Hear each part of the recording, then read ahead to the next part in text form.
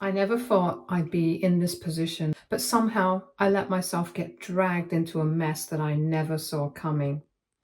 It all started with my brother in law, Adam. I'm not going to be using any real names. He had always been the kind of guy who acted like he had life figured out. Big house, fancy car, high paying job. He and his wife, Vanessa, had been married for almost 15 years before everything fell apart. From what little I knew, their divorce was nasty, with both of them throwing accusations back and forth, fighting over assets, and basically making each other miserable. My husband, Jake, kept his distance from it all. He wasn't particularly close to Adam, and honestly, he never had much patience for his drama. But when Adam reached out to me, it was a different story. He sent me a message one afternoon saying he just needed someone to talk to. He made it sound harmless. He was going through a rough time and needed a neutral person to listen. I hesitated at first. It wasn't like we had ever been close, but I also didn't want to be heartless. He had just lost his marriage, his routine, everything he'd built for years. When I mentioned it to Jake, he shrugged. He didn't see the harm in it, saying that if Adam needed to vent, I could lend an ear. Besides, we both assumed it was just temporary.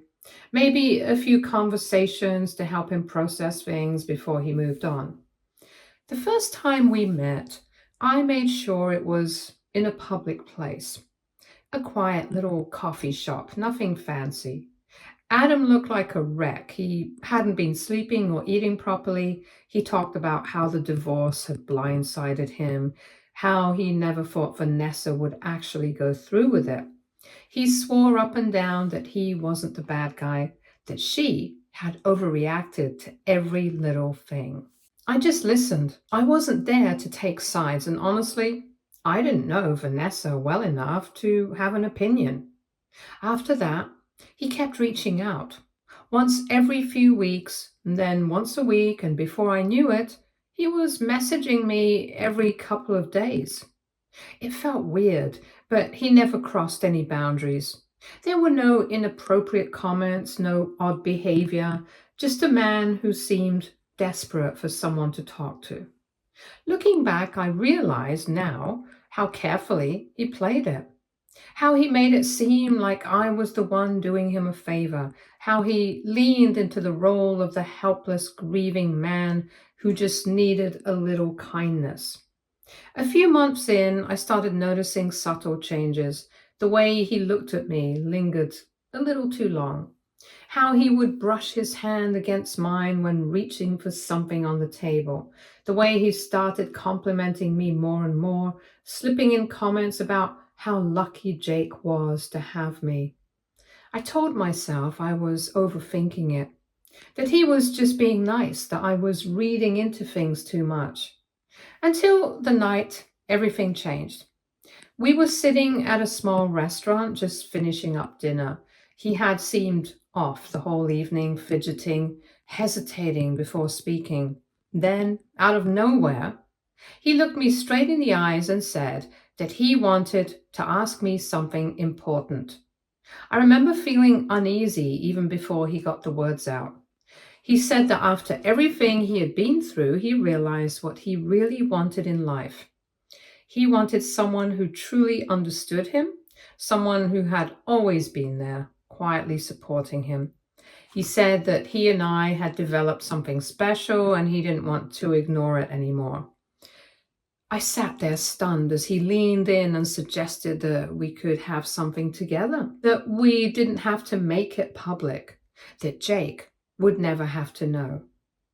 It took me a second to process what I had just heard. He wasn't joking. He wasn't testing the waters. He was genuinely asking me to cheat on my husband. Disgust hit me so fast. I nearly got up and left right then. I told him no, firmly, clearly, without hesitation. I said that he had completely misread everything, that I had only ever been there as family, and that I wanted absolutely nothing to do with whatever fantasy he had created in his head. He looked shocked, like he genuinely didn't expect me to react that way. Then he tried to laugh it off, saying that I was overreacting, that it was just a thought, nothing serious. I didn't care. I told him this was the last time we would ever meet like this, that he was never to contact me again. Then I left. By the time I got home, I was still shaking with anger. I told Jake that I was done talking to Adam, but I didn't tell him why. Not yet. I wasn't sure how to explain it without making things worse. I just said that Adam had crossed the line and I wanted nothing more to do with him. Jake didn't push for details. He just said that it was probably for the best. I thought that was the end of it. I thought that cutting off contact would be enough to move on. I had no idea that Adam was already planning his revenge. Update 1. I should have known better. I should have expected that someone like Adam wouldn't just let it go. For a few weeks after that last meeting, there was silence. No messages, no calls, nothing. I felt relieved. I thought he had taken the rejection and moved on, maybe even felt embarrassed enough to keep his distance. Then the whispers started. It was subtle at first. Small changes in the way people spoke to me. My mother-in-law, who had always been polite, suddenly seemed colder. Conversations that used to include me now seemed to shift when I entered the room.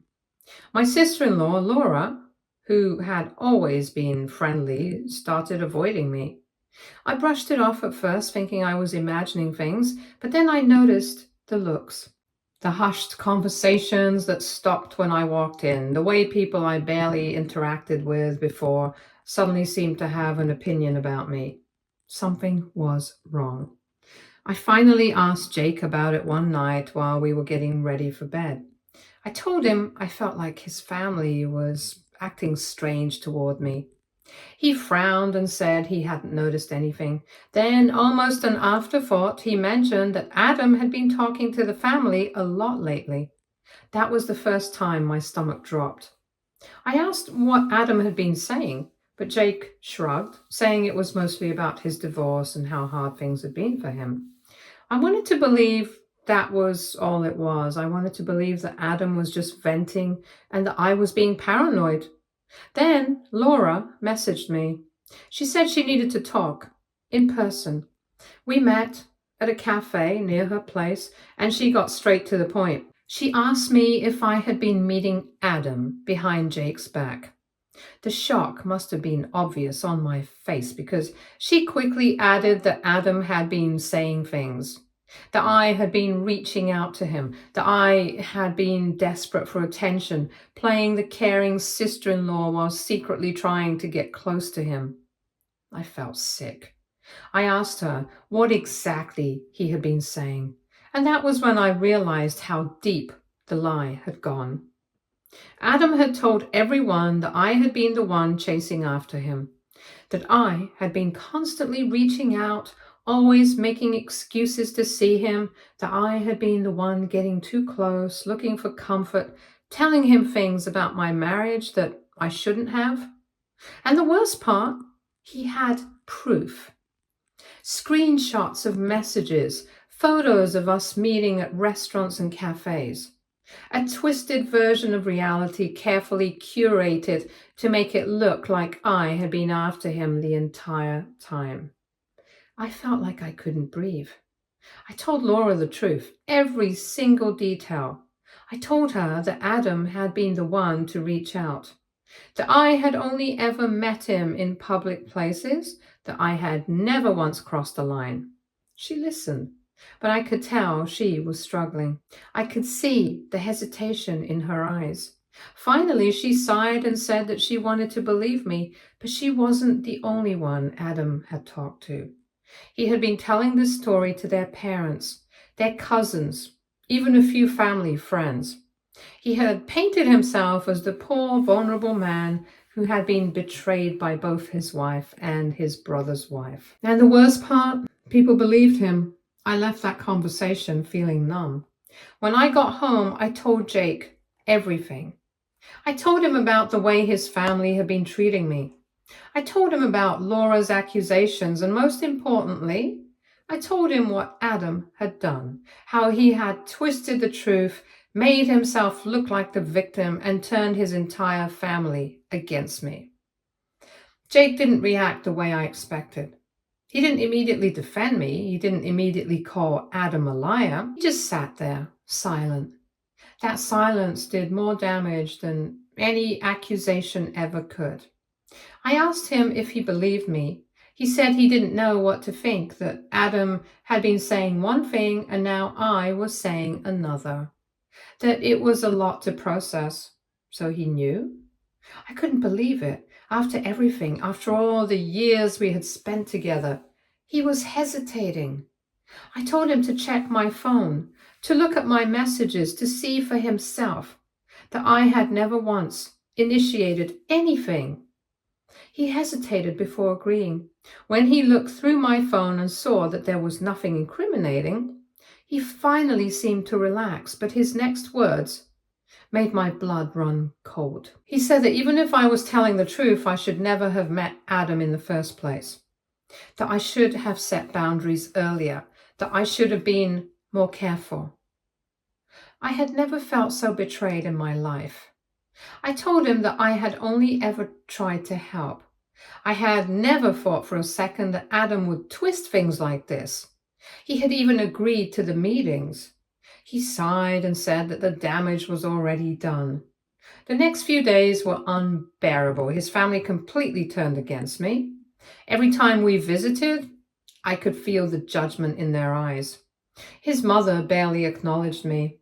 His father didn't even look at me. And Laura, the only one who had at least been willing to hear me out, was now distant. Adam had won. I tried to tell myself it didn't matter, that as long as Jake believed me, that was enough. But deep down, I knew things weren't the same. I had lost something I couldn't get back. And I had no idea how to fix it. Update 2. The distance between Jake and me grew unbearable over the next few weeks. It wasn't just his family anymore, it was him too. He never outright accused me of lying, but the way he acted around me made it clear that a part of him wasn't sure. He still kissed me goodbye in the mornings and still asked about my day, but there was a coldness there, something unspoken that neither of us wanted to address. I was tired of it. I told him we needed to talk. I asked him point blank if he believed me or if he was just saying he did to keep the peace. His response was hesitant. He said he wanted to believe me, but Adam had shown the family screenshots of our texts, photos of us meeting up, and had even played a voice message I supposedly left him. I felt my stomach drop. A voice message? I had never sent Adam a voice message in my life. I told Jake to play it for me. He said he didn't have it. Adam had only played it in person.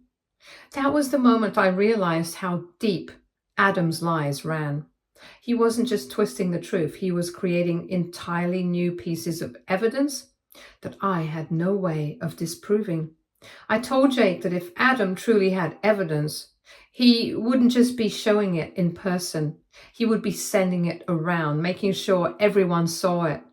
The fact that he was only playing this so-called voice message face-to-face meant it was fake. Jake didn't respond.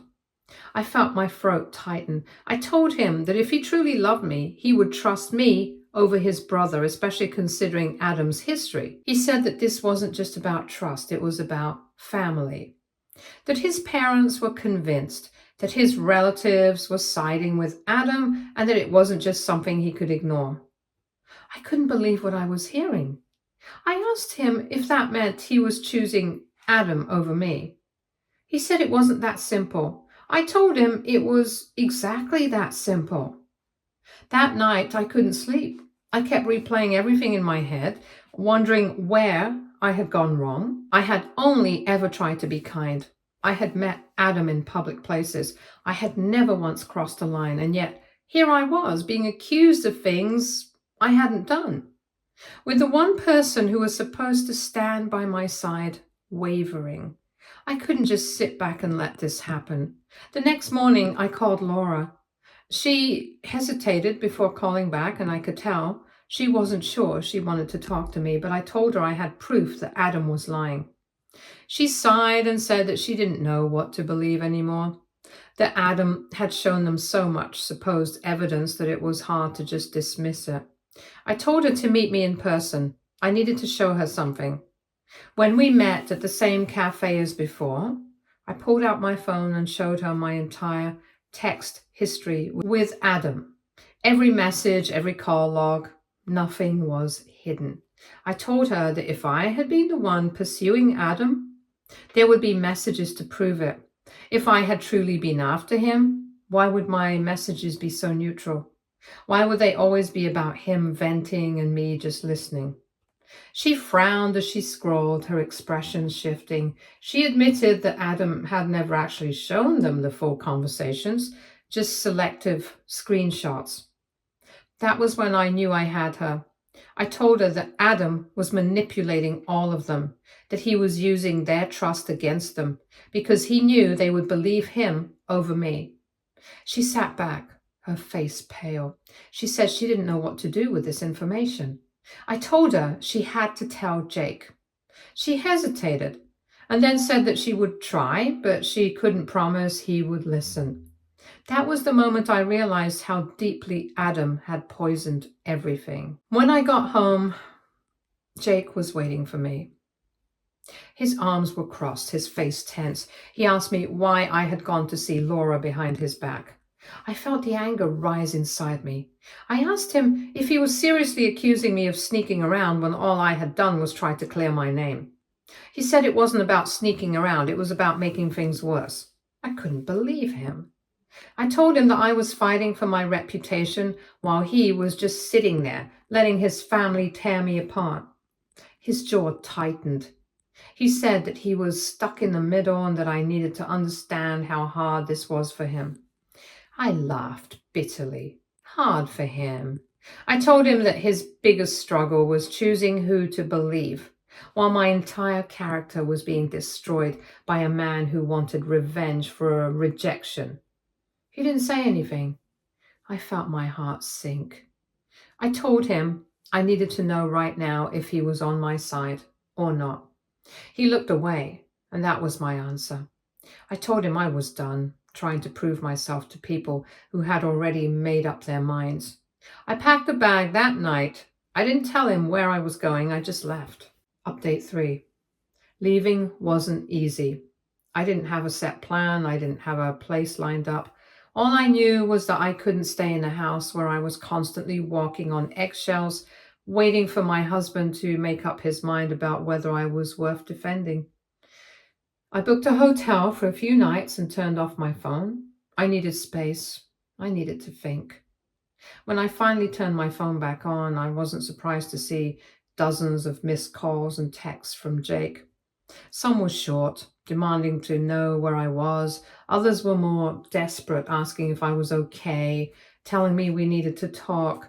But the one that caught my eye was from Laura. She said she had spoken to Adam again, that she had confronted him about the full text messages, and Adam had laughed. She said his reaction had made her sick. He told her that it didn't matter what I showed people, because in the end it was all about who was more believable.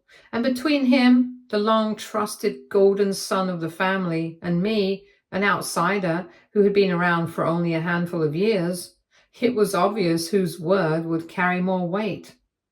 I felt my stomach turn.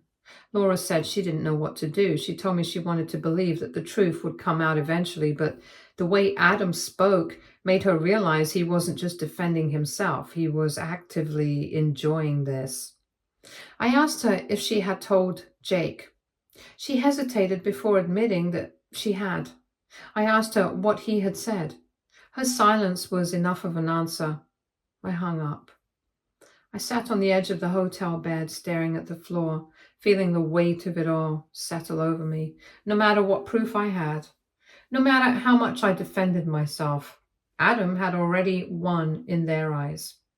I wasn't just fighting for my innocence, I was fighting against years of blind loyalty and deep rooted family dynamics. And Jake was too much of a coward to push back against it. I didn't cry. I was past that point. Instead, I grabbed my phone and started typing. I sent Jake a single message. I told him I wasn't coming back until he decided who he truly stood with, me, his wife, or his family, who had already made it clear where their loyalties lay. He read it immediately. He didn't respond. I took that as my answer.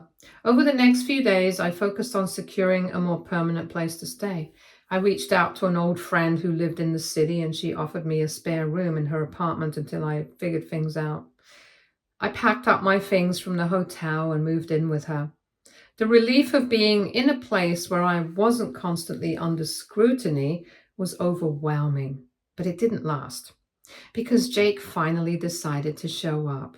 He called me first, demanding to know why I had cut him off, why I had sent such an ultimatum. He said it wasn't fair, that I was punishing him for something he had no control over, that his silence was a choice, that his refusal to shut Adam down was a choice. He got defensive. He said that this wasn't just about me, that this was about his entire family, about maintaining peace. I asked him what peace he was talking about. Was it peace for me to be accused of trying to seduce his brother? Was it peaceful for me to be accused of trying to seduce his brother? Was it peaceful for me to be treated like a liar while his brother sat back and smirked? Was it peaceful for me to have to run away just to feel safe? He went quiet.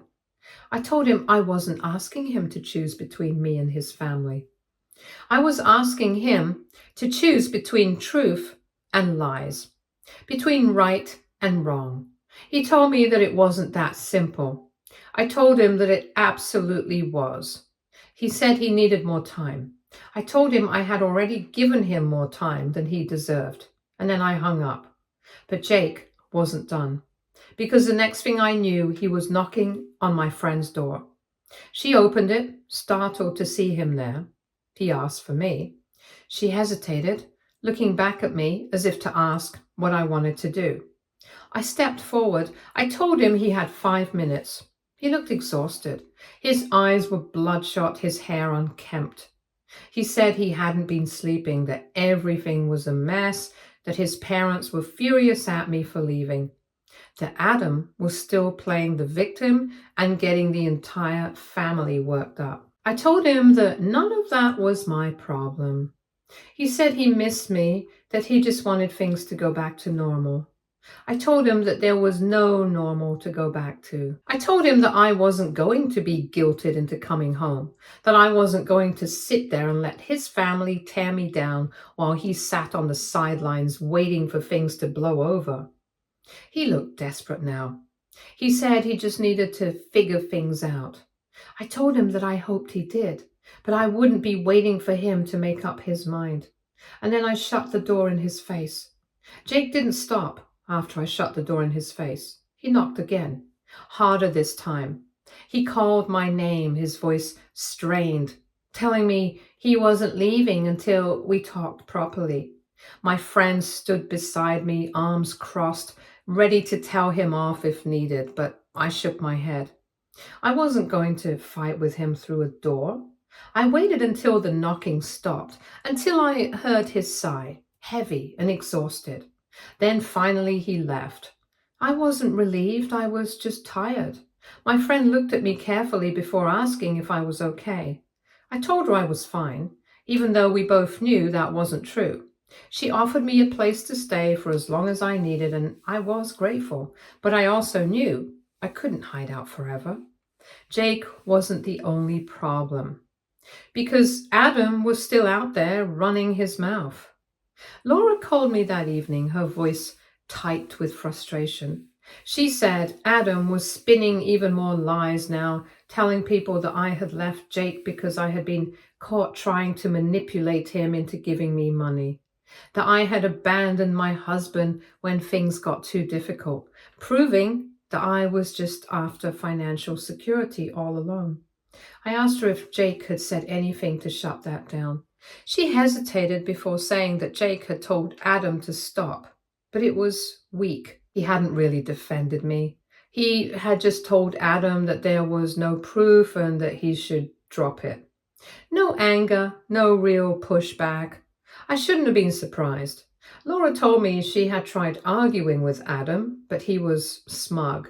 He told her that people would believe what they wanted to believe, that it wasn't about the truth. It was about controlling the narrative. And unfortunately, he had been in control of it far longer than I had.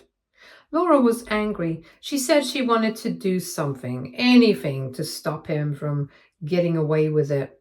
I told her that I didn't care about Adam anymore. I told her that I had spent too much time fighting against his lies, waiting for people to see through them, but I wasn't going to do that anymore. If Jake and his family wanted to believe Adam, then they deserved to be stuck with him. I wasn't going to waste another second proving myself to people who had already decided I was guilty. Laura said that she understood. She still had to be around them. She still had to listen to them talk about me like I was some kind of villain.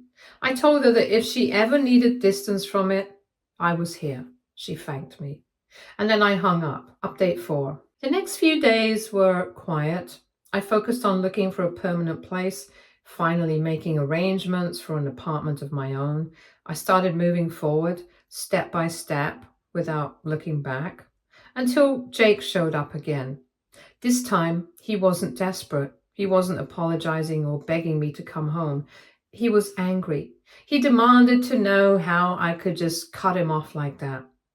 He said I wasn't even giving our marriage a chance to survive, that I had run away instead of fighting for us. I told him I had spent months fighting. I had begged him to believe me. I had waited for him to take a stand, and all I got was silence. He said he had needed time. I told him that I had given him time. And what had he done with it? Nothing.